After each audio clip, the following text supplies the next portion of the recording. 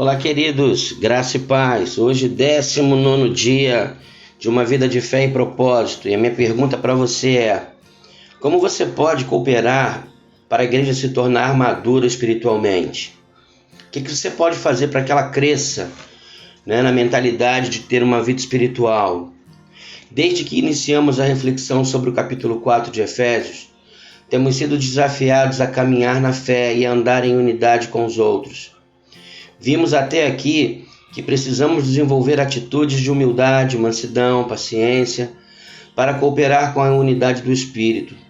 Compreender a forma como o Espírito de Deus trabalha é fundamental para nos tornarmos crentes maduros, que é na diversidade de dons e respeitando as lideranças instituídas por Deus.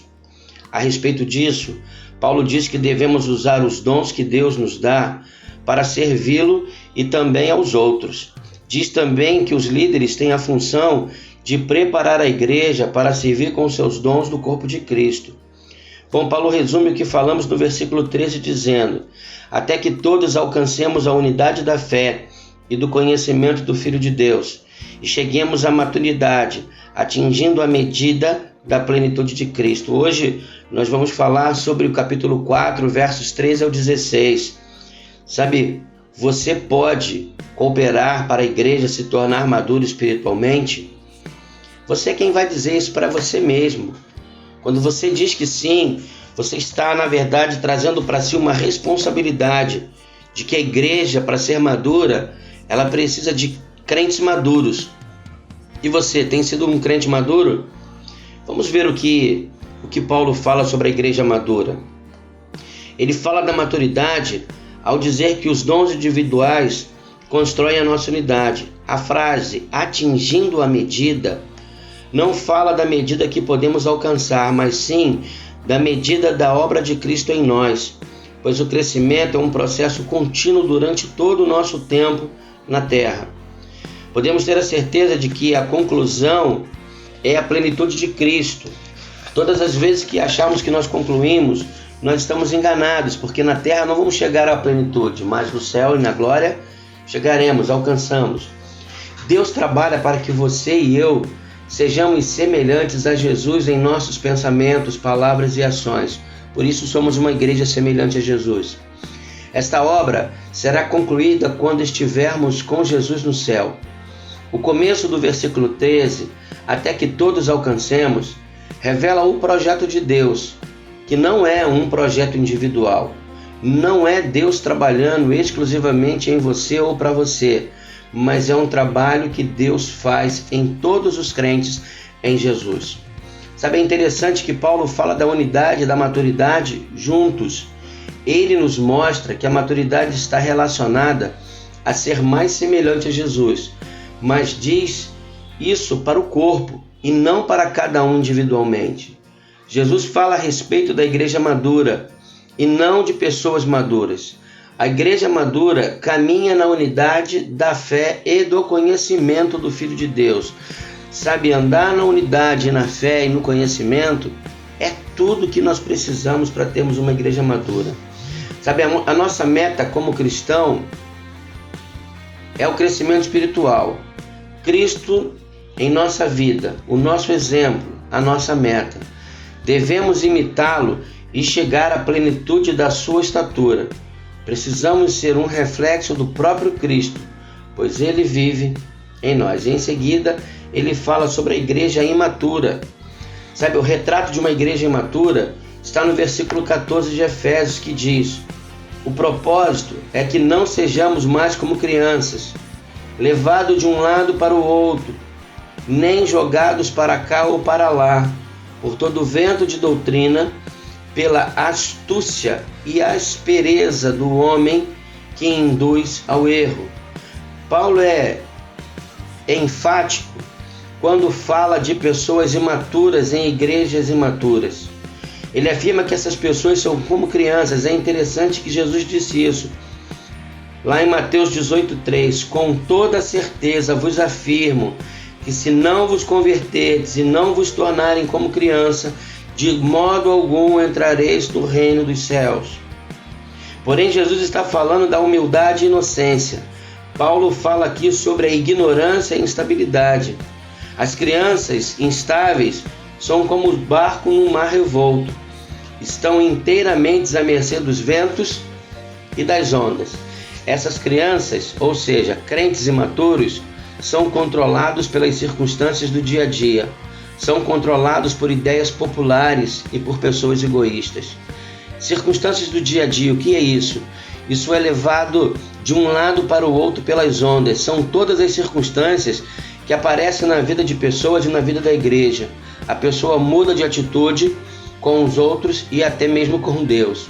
Ideias populares, que seja isso. Sabe, nem jogados para cá e nem para lá, todo o vento de doutrina. Esse tipo de crente segue os falsos ensinamentos, vai atrás de profecias para saber o que fazer. Paulo descreve o falso ensino como vento. Você não sabe para onde você vai e nem para onde o vento vai soprar. Pessoas egoístas, quer dizer, pela astúcia da aspereza do homem que induz ao erro. Pessoas egoístas são aquelas que encontram a igreja imatura, indivíduos despreparados para usar o seu favor, para tentar conseguir o que querem, denegrir a imagem da autoridade espiritual, questionar a postura da liderança.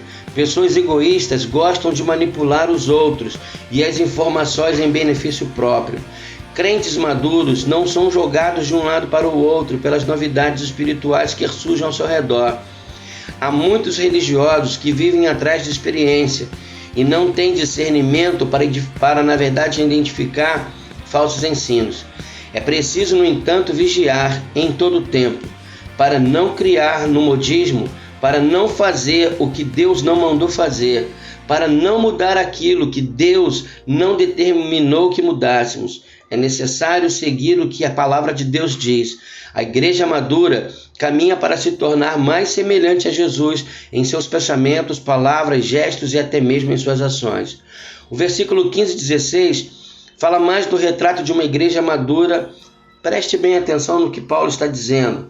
Antes, seguindo a verdade em amor, cresçamos em tudo, naquele que é o cabeça, Cristo, dele todo o corpo, ajustado e unido, pelo auxílio de todas as juntas, exerce e edifica a si mesmo em amor, na medida em que cada parte realiza a sua função. Como vimos, a igreja imatura ela é controlada por três aspectos: circunstâncias do dia a dia, ideias populares e pessoas egoístas. Já a igreja madura revela o controle de Cristo em três áreas: comunicação, direção e serviço. Na verdade, a igreja madura ela é controlada por Jesus Cristo, enquanto a igreja imatura permite ser levado por pessoas egoístas, pelos modismos e pelos falsos mestres. Quanto aos aspectos da maturidade, Paulo fala o seguinte: primeiro, comunicação. Seguindo a verdade em amor, falsos mestres, falsos profetas, falsos pastores, falsos líderes dizem o que você quer ouvir e não o que você precisa ouvir. Paulo diz que quando uma igreja se torna madura, ela vence a perseguição e a dependência dos falsos mestres, pois ela segue a verdade e vai falar a verdade em amor. Isso é um sinal de maturidade.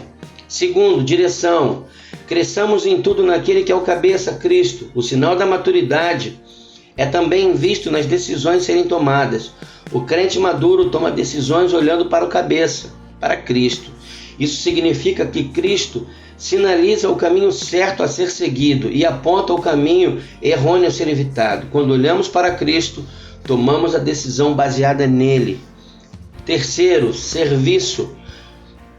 Dele todo o corpo, ajustado e unido para o auxílio de todas as juntas, crescem e edifica-se a si mesmo em amor, na medida em que cada parte realiza a sua função.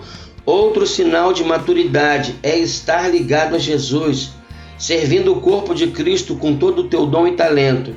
Há um apoio mútuo, um serviço ao outro, sendo suporte em amor aos outros, cooperando e crescendo em cada área vital do corpo de Cristo. O corpo é constituído de membros e cada um deve fazer a sua parte para o bom funcionamento de todo o corpo. Não há unidade sem serviço. Não há como servir ao outro e construir uma unidade no corpo de Cristo sem sermos únicos e sem sermos unidos. A unidade não se encontra apenas na participação dos cultos, retiros, encontros, falando e pregando do amor uns aos outros, mas, acima de tudo, servindo uns aos outros com o dom que Deus nos deu. Então eu quero te agradecer a você que trabalhou para que ontem, no domingo, nós tivéssemos ali o nosso culto de gratidão ao Senhor pelos 33 anos de vida dessa igreja. Você está de parabéns, porque você está agindo como uma igreja madura que busca o crescimento diante de Cristo. Vamos orar? Pai querido, louvado seja o teu nome, Senhor, pela tua infinita bondade sobre as nossas vidas. Obrigado pelo privilégio que o Senhor tem nos concedido, Pai, de podermos, na verdade, nos tornarmos a cada dia uma igreja madura espiritualmente. Os maduros buscam a tua presença e entendem os teus propósitos. Por isso, Senhor, amolda em nós o teu querer e a tua vontade. Pedimos no nome de Jesus. Amém. Querido, Deus te abençoe e que você tenha ideia de que para se tornar uma igreja madura, você precisa estar atento à voz do Mestre. Deus te abençoe e até amanhã, se o Senhor assim nos permitir. Eu sou o pastor Márcio Alberto, pastor da Igreja Batista Central do Correia em Campo Grande.